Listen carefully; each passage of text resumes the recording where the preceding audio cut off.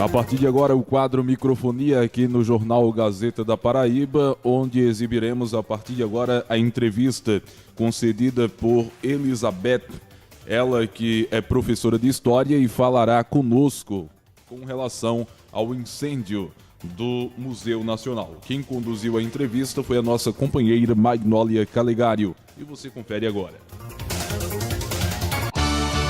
Jornal Gazeta da Paraíba. A notícia começa aqui. Olá a todos os ouvintes do Microfonia. Hoje nós entrevistaremos a professora Elizabeth Ribeiro a respeito dos fatores que concorreram para o incêndio do museu. E estou muito grata pela participação dela. Gostaria que a professora Elizabeth Ribeiro se apresentasse, falasse um pouco do seu trabalho e depois vamos para as perguntas. Olá, boa noite a todos. Enfim, mas eu não consigo deixar de tentar resolver uma questão ou responder uma questão quando, o assunto faz parte da minha vida, da minha história. Já vi que as questões são um pouco muito peculiares, em relação ao que aconteceu no incêndio do nosso museu, um grande museu, por sinal, o maior brasileiro, Enfim, eu sou professora de História, docente há mais de 23 anos, História e Filosofia, e eu finalizei a pedagogia por conta de umas solicitações de algumas instituições aí, alguns convites para gestão escolar, ou mesmo de algumas instituições aqui na cidade de São Paulo. Vamos ver como que vai acontecer. Eu sou professora de História, não vou dizer que sou bacharel e licenciada, não vou dizer que eu sou historiadora, porque eu não tenho muitas obras, Na verdade, eu tenho 2 ou 3 escritas e são mais defesa, em relação ao professor, aluno ou à própria história. Eu não andei historiografando muitas coisas, Eu tenho aí um grande legado mesmo como docência. É isso, e vamos às questões. Tecendo e repassando uma observação que eu recebi na aula de financeiro, o museu tinha um orçamento anual de R$ 550 mil, sendo que o governo só repassava 60% desse valor, ou seja, R$ 330 mil. E o museu tinha estimado várias obras necessárias que davam em torno de R$ 45 mil, ou seja, um valor irrisório perto da receita. Aliado a isso, o Palácio do Planalto ele gasta R$ 320 mil com flores. Esses R$ 320 mil seriam exatamente os 40% do valor que não era repassado para o museu. E isso mostra uma total displicência com o patrimônio e com a cultura e com a educação.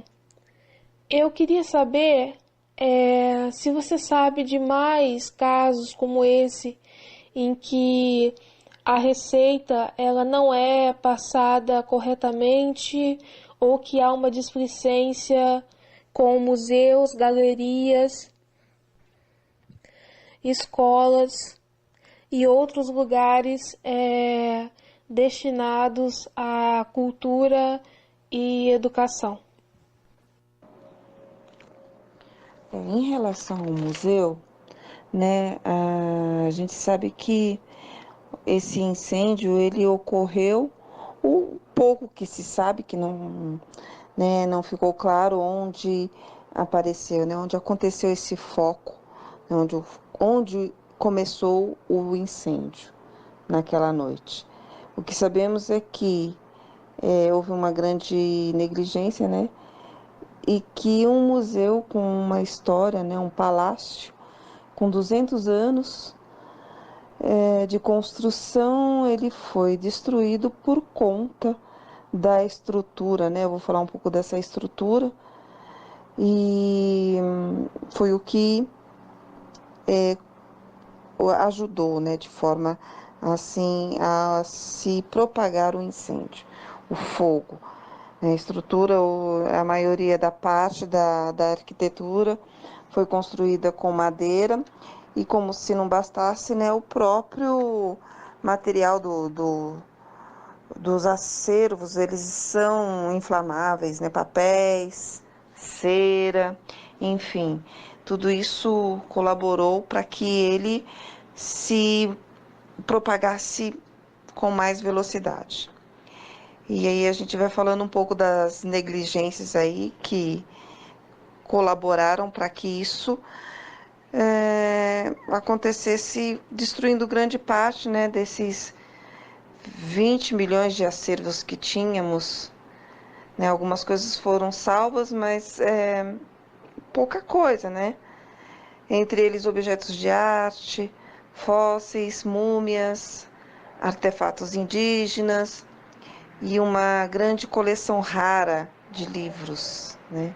Minha indignação é em relação à responsabilidade, né? A falta de responsabilidade pelas autoridades políticas e administrativas, né? Que deixaram, como tudo eles deixam para lá, né? Eu vou falar isso mais, pontuar isso mais para frente, porque é diferente infelizmente é diferente de outra cultura, né?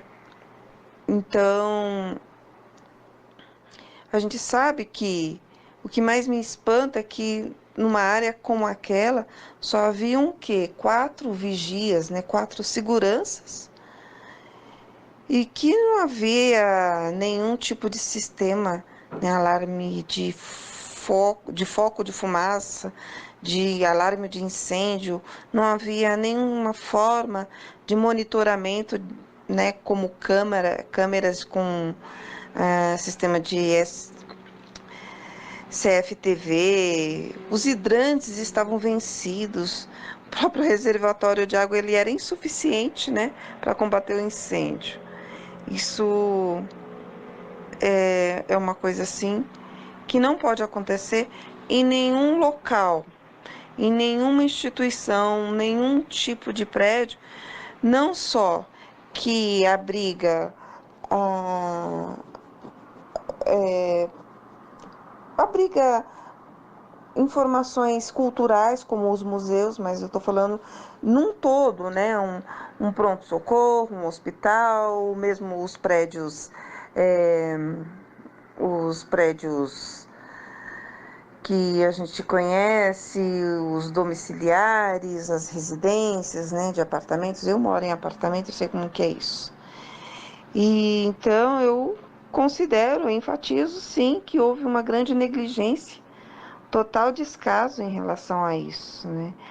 Porque a gente lembra que recentemente, não faz muito tempo, no ano de 2015, em dezembro de 2015, houve um grande incêndio no Museu da Língua Portuguesa aqui em São Paulo, né? Que também continha um grande legado ameríndio e também cultural, de forma a falar das outras raças, né? Vamos dizer assim. Houve uma negligência e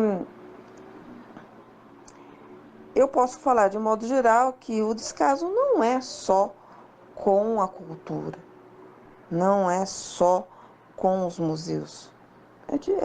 A negligência dos nossos governantes, dessas pessoas que deveriam administrar com mais seriedade os nossos patrimônios, na saúde, na educação, todo e qualquer tipo de projeto social não é levado a sério, não é?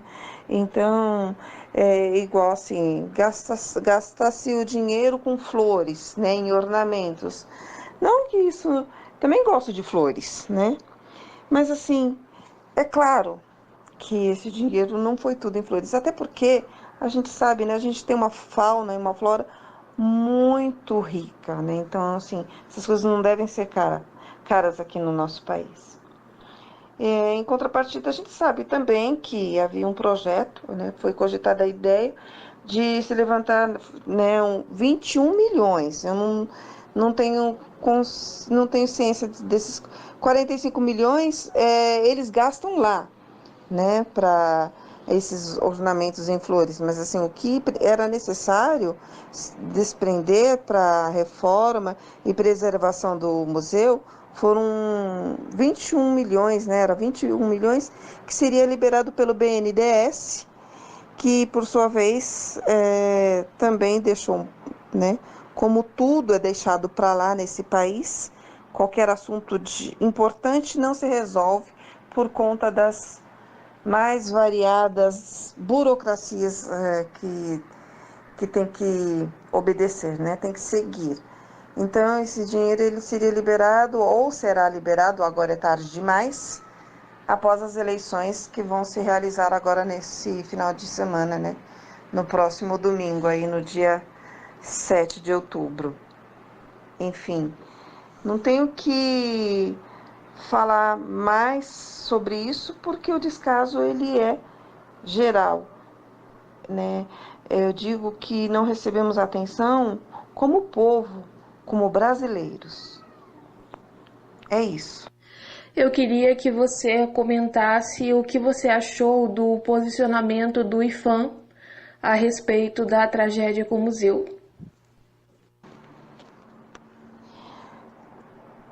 Em relação ao IPHAN, na verdade, em relação ao Instituto, né, que diz que vem lutando pela preservação dessas memórias, das nossas memórias, é só promessa, né? Porque assim, é lógico, há tanta burocracia, né, em uma reunião para uma tomada de decisões que são tão importantes, mas que passam por todas essas demandas burocráticas que já conhecemos, né? Como eu falo sempre, na teoria tudo é lindo, tudo é muito bem desenhado, mas na prática deixa a desejar. Então não adianta, né? Então assim, que tanta reunião que eles realizam, que tantas organizações que eles pretendem colocar em prática e nada organizam, nada preservam. Sinto muito. Sem querer dar um viés político para a entrevista, mas comentando a respeito do posicionamento de algumas autoridades e alguns políticos que estão usando agora a plataforma de governo de reconstruir o museu, o que é impossível, porque construir as paredes, obviamente, mas o patrimônio cultural e histórico que havia dentro se perdeu. E eu queria que você comentasse a postura desses políticos. Questões sobre a posição dos políticos referente à reconstrução do museu é inviável, vamos dizer assim, que é exatamente como você mesmo já colocou, né? Como você mesmo disse, Magnólia, a história, eles vão fazer uma reforma do quê? Né? Da estrutura em si, porque a história em si, ela foi destruída, né? Ela se perdeu. É claro, conseguiram resgatar algumas obras, enfim, mas não vai conseguir dar a mesma vida que deveria ser preservada. É como, vamos dizer assim, é difícil fazer essa analogia e é um pouco esdrúxula, mas assim, uma pessoa que está doente, enfim, de repente um milagre, claro, existe e a pessoa consegue, né, ressuscitar por algum motivo. Mas sempre há aquela sequela, sempre haverá alguma coisa que se perdeu, ou então aquele medo constante, contínuo, né, de que algo pode acontecer a qualquer momento e vai se destruir totalmente. Infelizmente é assim que eu analiso e que eu penso, né, referente aos descasos da nossa história, do nosso povo, porque assim, não é só a nossa história, é um pouco que a gente trouxe de fora e que deveria ser mantido, não é isso? Deveria ser mantido, e infelizmente não é. Eu vou falar isso um pouco mais adiante, porque é a questão da educação, né, no nosso país, a questão da forma como é tratada as questões culturais, né? Vamos entender que esse descaso dos políticos, porque, ora, se eles querem fazer agora, né, lógico, a verba vai ser liberada depois das eleições. Então, eles já terão aí um incentivo, né, econômico para iniciar as obras. Mas eles não poderiam, desculpa, eu tenho engasgado, ter pensado nisso antes de acontecer, como aconteceu também com o Museu da Língua Portuguesa, como vem acontecendo aí com muitos monumentos que não são dada a devida atenção. Estão destruindo tudo que a nossa história, né, não é só a nossa cultura, ela tem de bom. É assim que eu vejo esse fato de recusar a entender o quanto isso é importante para a identidade do nosso povo, da nossa nação. Pensamento retrógrado desses políticos, né? Eles poderiam ter feito antes a manutenção, a preservação e a prevenção, né? São fatores imprescindíveis para que algo se mantenha vivo. Essa é a minha posição em relação ao que eles estão pensando atualmente. Sem desconsiderar que o país tem problemas muito mais sérios para se destinar a receita, como alimentação e saúde, tem que se considerar que uma receita tão pequena não ter chegado a um patrimônio histórico é um sinal sério de corrupção. E nesse ponto eu não vejo muito para onde correr, porque a corrupção ela está ligada à própria estrutura econômica e social que o Brasil se estruturou como colônia e se foi se perpetuando, tanto que até hoje nós temos trabalho escravo, trabalho infantil, temos grandes proprietários de terra. E você vê alguma saída para o cerne dessa questão do museu, que é a corrupção? Problemas sérios, sinceramente, me mantenho sem expectativa. Não consigo ver uma luz ainda, né? Infelizmente. Mas a cura, né? Para esses... a cura para esses últimos anos que a gente tem visto, esses movimentos políticos que nós temos enfrentado. Eu não vejo como se houvesse uma consciência. Então, assim, há uma cura. Mas a cura deveria ser o quê? Nós elegermos ou conseguirmos eleger um político ou políticos, porque não é um só, capazes, né, de entender, né, que houvesse também uma conscientização E também amor, eu vou dizer assim, é amor, porque assim, tem que amar o nosso povo, tem que amar a nossa pátria. Só assim nós nos fortaleceríamos e seríamos uma nação brilhante, porque uma grande nação nós já somos, mas uma nação que deveria ser reconhecida por todas as outras. E aí, nesses anos todos, né, da nossa cultura, entre invasão, colonização, enfim, o Brasil ele sofre a prática incessante de todas essas vicissitudes do poder, né? Eu chamo isso de vicissitudes do poder. Elas são perpétuas, né? E vai passando e parece que elas vão ficando cada vez mais consolidadas. Então, essa teia de aranha, ela teria que ser desmanchada. Essa consciência e esse amor, ele deveria ser encontrado e para que nós possamos e assim, o povo brasileiro tem que se sentir amado, tem que se sentir protegido. Nós não somos protegidos, nós fomos esquecidos.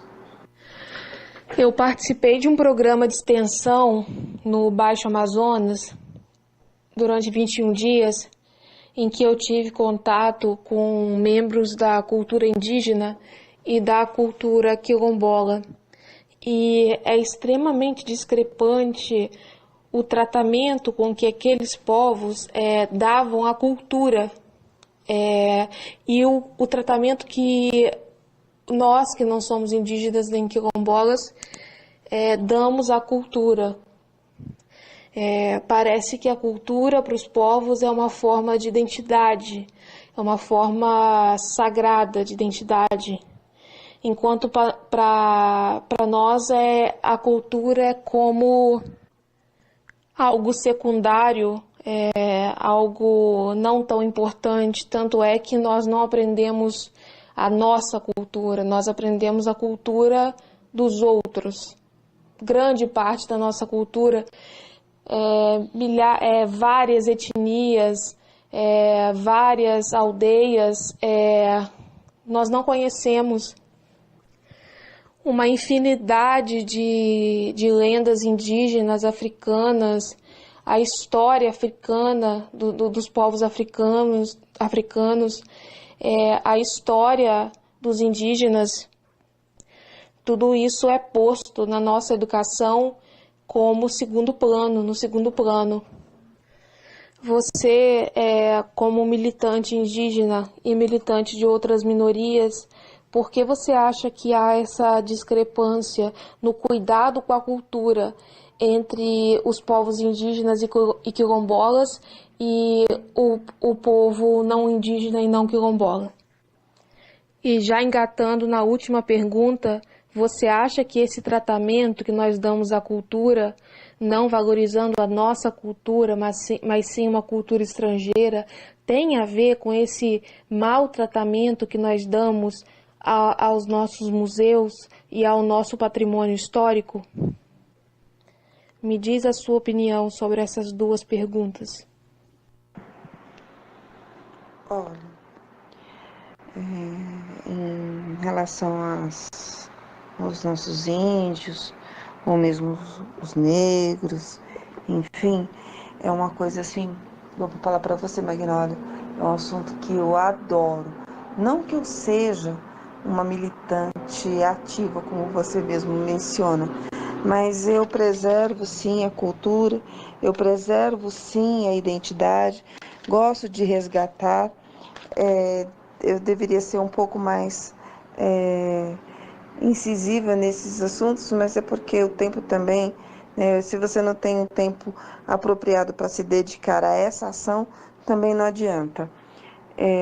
A cultura indígena, de toda forma, ela é maravilhosa. Eu adoro todas elas, não só dos nossos índios, né? Não só, eu estudei, eu tenho um estudo forte sobre as populações indígenas brasileiras, mas assim, eu gosto dos indígenas ou aborígenes de todas as formas, né?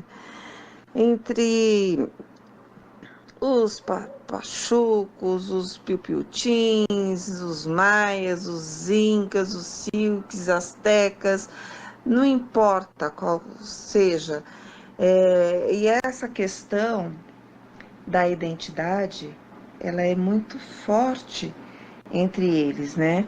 É assim, é muito bonito eles valorizarem a cultura de cada um, né? Cada um tem a sua particularidade, né? Então, assim, é estranho, porque eu vou dizer assim, depois dizem que os índios é que são os selvagens, né? Porque a gente tenta invadir a cultura deles para entender, e aquela questão ocidental de querer impor as coisas da sociedade, também das religiões, de impor forma cultural, né? Assim, tentando tirar aquilo que já está enraizado na vida deles, no cotidiano deles, né? Então, de toda forma, você vê uma invasão cultural, né, dentre esses povos.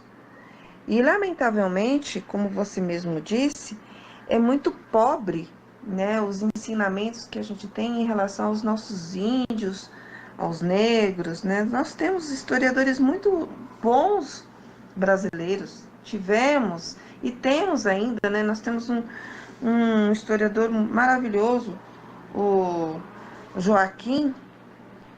Ele é um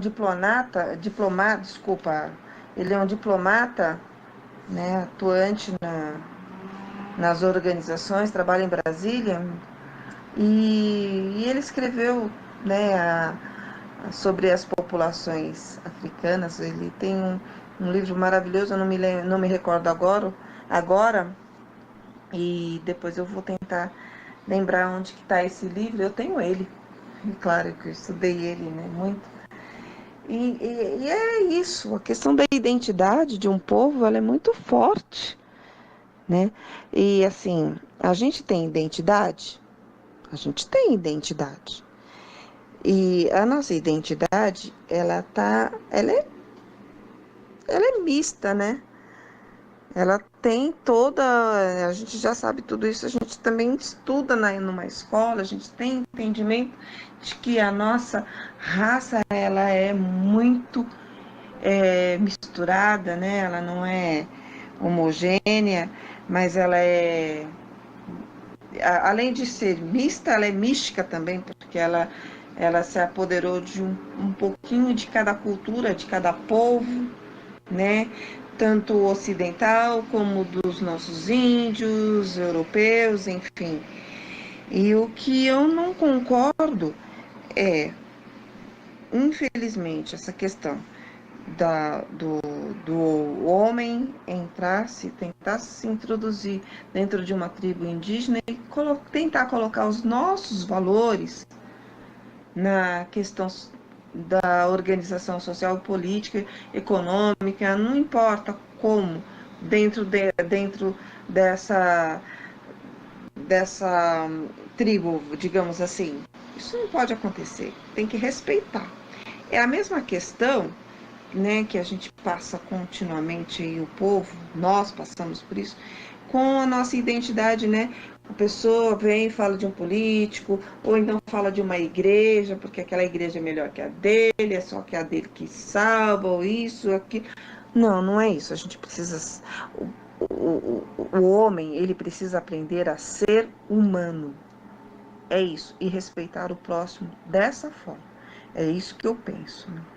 E assim, eu vou ser muito radical em relação a essa questão, assim, que você fala assim, se um pouco da nossa cultura está assim, meio atravessada em relação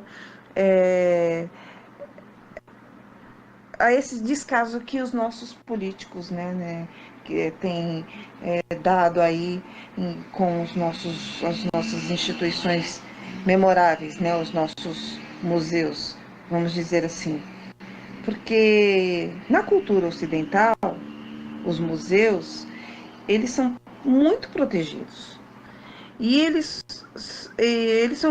são protegidos pela cultura ou governantes de forma tal que esses museus eles tenham uma fortaleza dentro de cada um deles, né? Os museus da França, Inglaterra, até mesmo nos Estados Unidos, os museus, inclusive a Biblioteca do Cairo, no Egito, quer dizer assim, eles são preservados de uma forma muito especial. Né? Existem equipamentos com alta tecnologia na preservação e manutenção desses museus. Então, assim, não é igual. Os nossos governantes, eles não implantam ou implementam condições, investimento para, né, dentro dos museus ou desses prédios, enfim, de segurança, como a gente já falou, desculpa o linguajar chulo, mas assim, não tinha nem mangueira vencida de incêndio. Como pode? Não pode. Tem que estar tudo funcionando normalmente. Tem que estar funcionando. Então, assim, a questão da corrupção é muito grande, porque, assim, é claro, é pago. A gente sabe que tinha vigilante. E também tinha um bombeiro. Que bombeiro é esse que ele não faz a inspeção e não manda para a manutenção? Ele não fala, ele não relata que está faltando isso, isso e aquilo.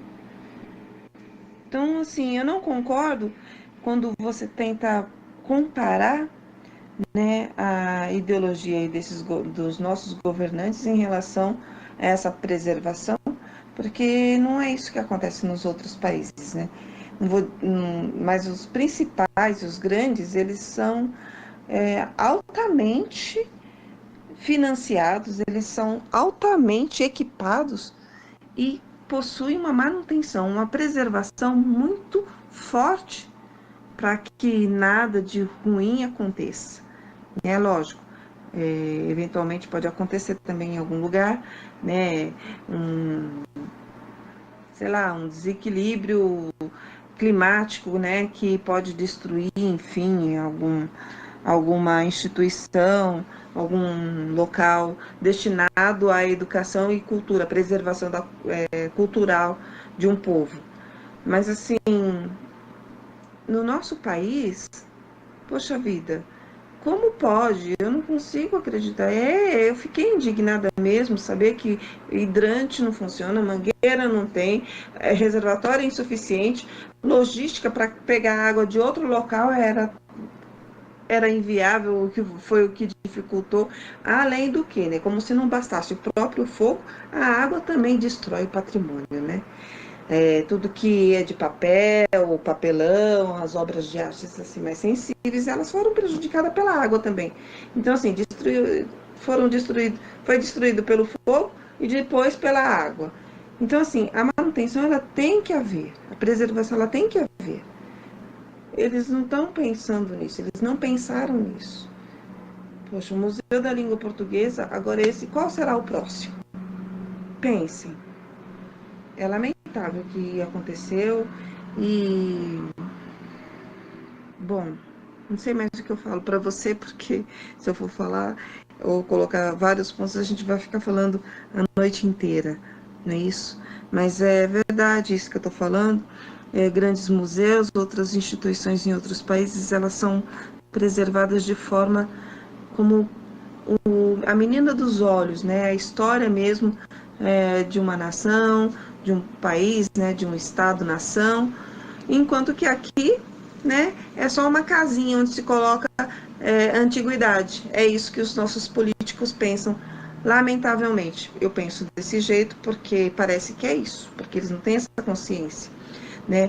Nas escolas a gente vê que, igual eu sou professora de história, mas o governo ele já reduziu a quantidade de aulas de história. Há muito tempo a gente vem sofrendo disso, desde a ditadura, né? Isso não mudou, parece que fica história, filosofia, enfim, não tem. Então, assim, não tem aquele treinamento, vou dizer, não é nem aula, mais que suficiente. Treinamento básico para uma criança, né, no dia do índio, o que é isso, índio, mas não tem uma construção da identidade, uma construção onde é falado sobre as nossas populações indígenas, né? Dos nossos troncos, que a gente fala tronco indígena. Eles não sabem o que é isso. E falar também dos negros, né? Da raça negra, porque eu não penso assim só neles, né? Eu não gosto de diferenciar. Eu sou uma pessoa que eu trato todo mundo igual, são todos iguais. É lógico que assim, que eles têm culturas independentes, diferentes, né? Mas eu gosto de falar do povo em geral, tanto para o branco, amarelo, o negro, o vermelho, não importa. Mas isso é um pensamento meu. Como é prática aqui no programa Microfonia, eu gostaria que você deixasse uma mensagem final para os nossos ouvintes. E muito obrigada pela sua participação. Eu quero agradecer pela oportunidade mais uma vez. Eu já escrevi algumas vezes para o jornal e também gostei muito que vocês me dessem essa oportunidade para eu poder me pronunciar em relação ao ocorrido com o museu. Mas o meu recado essa noite é para que vocês sejam sábios. Façam uma reflexão profunda, façam uma pesquisa, entendam sobre política, façam uma escolha consciente, porque nesse domingo a gente vai eleger, né? Vai haver no próximo dia 7 de outubro, eleições onde a gente tem que escolher certo. Então, fica a dica aí e, sobretudo, não se esqueçam, o voto é secreto. Não se contaminem. Muito obrigada, boa noite.